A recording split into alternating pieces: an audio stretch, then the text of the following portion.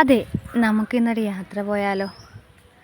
അതും ട്രെയിനിലാകുമ്പോൾ ആ യാത്ര എന്ത് രസമായിരിക്കുമല്ലേ. നമ്മുടെ വീട്ടുകാരും നമ്മുടെ സ്നേഹിക്കുന്നവരും എല്ലാവരുമായിട്ടൊരു യാത്ര പോകാൻ എല്ലാവർക്കും ഇഷ്ടമല്ലേ. അതുപോലൊരു യാത്ര ഞങ്ങളും പോകുവാണേ.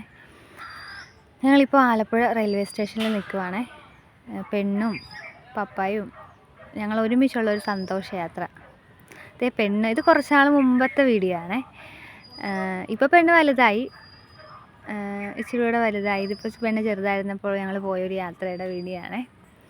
അപ്പോൾ ഞങ്ങൾ ട്രെയിനിൽ കയറാനായിട്ട് കുറച്ച് നേരം പെണ്ണുമായിട്ടൊക്കെ കളിച്ച് ഞങ്ങളുടെ ഏതാണ് ട്രെയിനൊക്കെ നോക്കി, അങ്ങനെ ഞങ്ങൾ പ്ലാറ്റ്ഫോമൊക്കെ നോക്കി കയറി ഞങ്ങളുടെ ട്രെയിനിൻ്റെ വന്നിട്ടുണ്ട്. അപ്പോൾ ഏതാണ് ടിക്കറ്റ് ഏരിയ എന്നൊക്കെ നോക്കി നമ്മൾ അങ്ങോട്ട് പോയിക്കൊണ്ടിരിക്കുവാണ്. നമ്മൾ സ്ലീപ്പറിലാണ് ബുക്ക് ചെയ്തിരുന്നത്. അപ്പോൾ നമുക്ക് സീറ്റൊക്കെ കിട്ടി.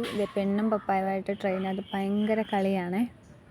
ഇതാണ് ഇവരുടെ മെയിൻ കളി. അങ്ങോട്ടും ഇങ്ങോട്ടും ഇടിച്ച് കളിക്കുക, വർത്താനമൊക്കെ പറയുക, അങ്ങനെയാണ് ഇവർ തമ്മിൽ കളിക്കുന്നത്. അപ്പോൾ നമ്മുടെ സീറ്റൊക്കെ കിട്ടി, നമ്മൾ സെറ്റായിട്ട് ഇരിക്കുവാണ്. ഈ ട്രെയിൻ എടുത്താൽ മതി. ആരും വന്നു തുടങ്ങിയിട്ടില്ല, നമ്മളാണ് ആദ്യം വന്നത്. അങ്ങനത്തെ ഞങ്ങൾ ട്രെയിനിലൊക്കെ കയറി ഞങ്ങളുടെ സ്ഥലത്തെത്തി. ഈ സ്ഥലം കാണുമ്പോൾ എല്ലാവർക്കും മനസ്സിലാവില്ലേ എവിടെയാണെന്ന്. ഞങ്ങൾ ചെന്നൈയിലാണ് വന്നത്. ചെന്നൈയിൽ വന്ന ശേഷം റൂമൊക്കെ എടുത്ത് ഞങ്ങളൊന്ന് റെസ്റ്റൊക്കെ എടുത്തതിന് ശേഷം അവിടേക്ക് ഒന്ന് ചുറ്റിക്കറങ്ങാൻ വേണ്ടി ഇറങ്ങിയതാണ്. അപ്പോഴാണ് കാണുന്നത് വഴിയരികിൽ ഈ ഫ്രൂട്ട്സൊക്കെ ഇങ്ങനെ പ്ലേറ്റിൽ വെച്ചിരിക്കുന്നത്. ഈ 30 രൂപ 40 രൂപ റേറ്റിൽ. ഞാൻ ശരിക്കും അത്ഭുതപ്പെട്ടു പോയി. നമ്മുടെ ഇവിടെയൊക്കെ അങ്ങനെ ഫ്രൂട്ട്സ് വിൽക്കത്തില്ലല്ലോ കട്ട് ചെയ്തിട്ട്. അവിടുത്തെ കടകളിലൊക്കെ എന്ത് തിരക്കാണ്. ഇതൊരു ബജിക്കടയാണ്. എന്ത് തിരക്കാണ് ഇവിടെയൊക്കെ. മൊത്തം ആൾക്കാർ. ഇതെനിക്കൊന്ന് സാധനങ്ങൾ ഹോൾസെയിലായിട്ട് കൊടുക്കുന്ന സ്ഥലമാണ്. ഞങ്ങൾ റെയിൽവേ സ്റ്റേഷൻ്റെ അടുത്ത് തന്നെയാണ് റൂമൊക്കെ എടുത്തത്.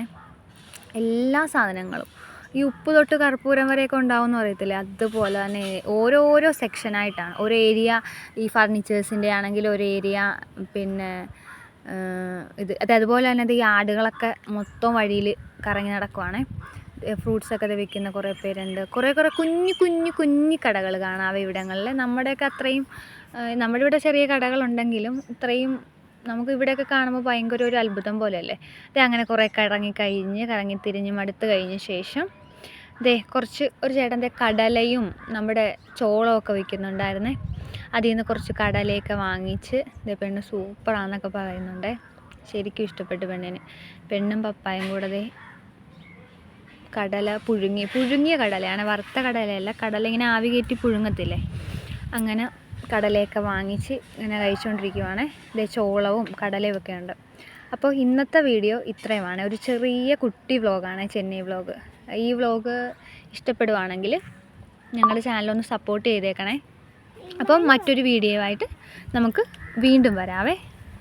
അപ്പോൾ ചാനലൊന്ന് സബ്സ്ക്രൈബ് ചെയ്ത് ലൈക്ക് ചെയ്ത് ഷെയർ ചെയ്ത് സപ്പോർട്ട് ചെയ്യണേ.